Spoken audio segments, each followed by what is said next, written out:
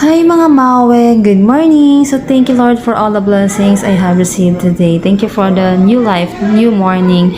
So ito nga pala, kakagising nga pala ng inyong Mare. Inform ko nga pala na wala pala si Boss MJ gawa ng kumuha siya ng health permit sa munisipyo. So sabi niya maghapon siya, so it's okay lang para wala akong kaaway, charot. So ito nga pala yung pangmalakasan kulambo niya, hindi pwedeng mawala ito. Di baling mawala na ako, wag lang ang kanyang kulambo, charot. So after nga pala niya naghihilamos na ako, nagpapakulo ng water for my coffee. Maglalagay nga pala ako ngayon ng sunscreen protection for my face para kahit pumunta tayo sa initan ay may meron tayong panlaban. So ayun na mga Mare, lagi-lagi lang tayo niyan every morning. So ito nga pala ang aking brunch, nagprito ako ng egg at saka syempre ng hotdog. Brunch ko na to mga Mars ha. At hindi mawawala ang coffee kasi coffee lover tayo mga Mars. Umaga, tanghali, hapon pwede tayong magkape, depende sa sarili natin. So ito na nga pala, thank you Lord for the foods today.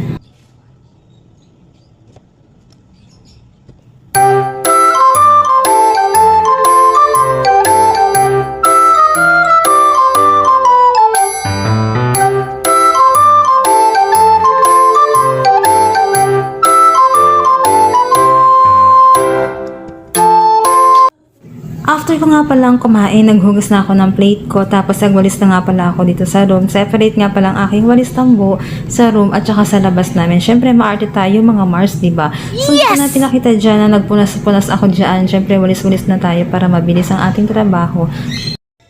Inform ko lang din pala mga Mars na hindi lang ako sa harap ng room nagwawalis. Syempre, kung may hagdan ka, pati doon walisan na natin para maging malinis. Kasi kung akyat baba ka dito, papasok or aakyat baba din ang ating dumi, diba? Syempre, kailangan natin maging malinis sa may bahay.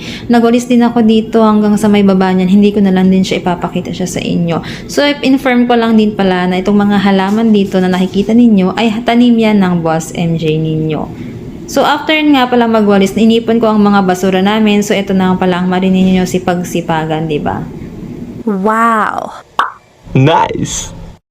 Pagbalik ko nga pala dito mga Mars sa taas, nagdilig na nga pala ako ng mga pananim ni Boss dito. Baka tayo ay masermon na minsan natin dinidiligan. Sabi niya hindi ko na naman dinidiligan ang kanyang mga tanim. So ito na nga Boss, o kitang-kita mo na nga sa video na nagdidilig na ako ng iyong mga halaman. O diba, kasama naman talaga sa paglilinis ng bahay yan. Di mo lang kasi sure kung nagdidilig ako or hindi, diba? So, after ko nga palang magdilig mga Mars, laban na ako dito. Naka-face mask nga pala ako kasi sobrang init mga Mars, yung sinag ba ng araw. Tapos, naka-mask din talaga ako kasi gawa ng sa tabi ko dito is bintana ng kapitbahay.